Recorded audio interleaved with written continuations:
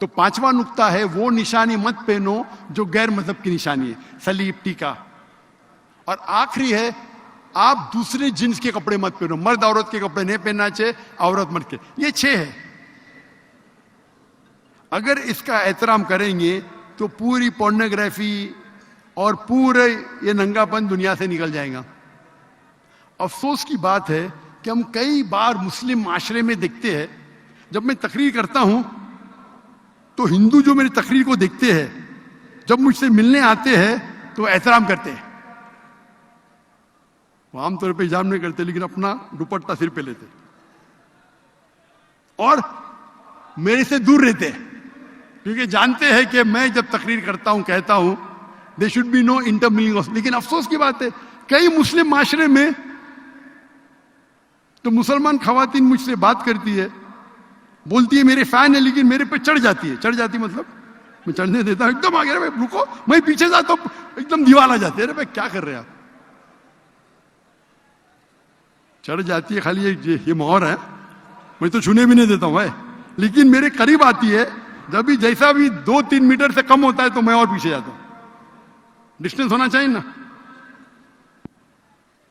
ہم دیکھتے ہمارے معاشرے میں قرآن پڑھتے لیکن حجاب پہ عمل ہی نہیں کرتے. یہ جو حجاب ہے یہ ایک پوائنٹ ہے حجاب کا، یہ 6 نقطے ہیں. یہ 6 نقطے ہیں یہ کپڑے کے حجاب کے بارے میں. آپ کس طریقے سے بات کرتے وہ بھی حجاب میں آتا ہے، کس طریقے آپ چلتے وہ بھی حجاب میں آتا ہے، سب حجاب میں آتا ہے. صرف کپڑے حجاب میں نہیں آتا ہے.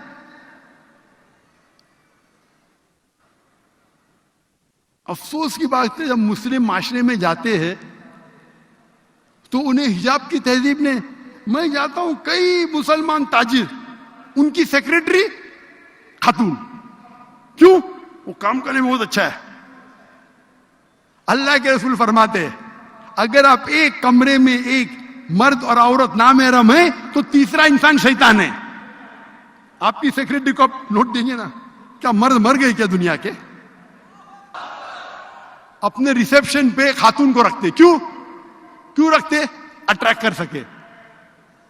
اٹریکٹ میں مانتا ہوں جو بولتے بالکل صحیح ہے. لڑکی کو رکھیں گے تو بھائی چمک دھمک کے کوئی بھی آ جائے گا نا.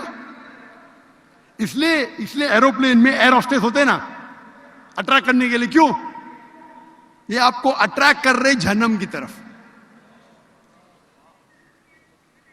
آپ کو اللہ پہ بھروسہ ہی نہیں، لیڈی سیکریٹری رکھتے، لیڈی ریسیپشنسٹ رکھتے.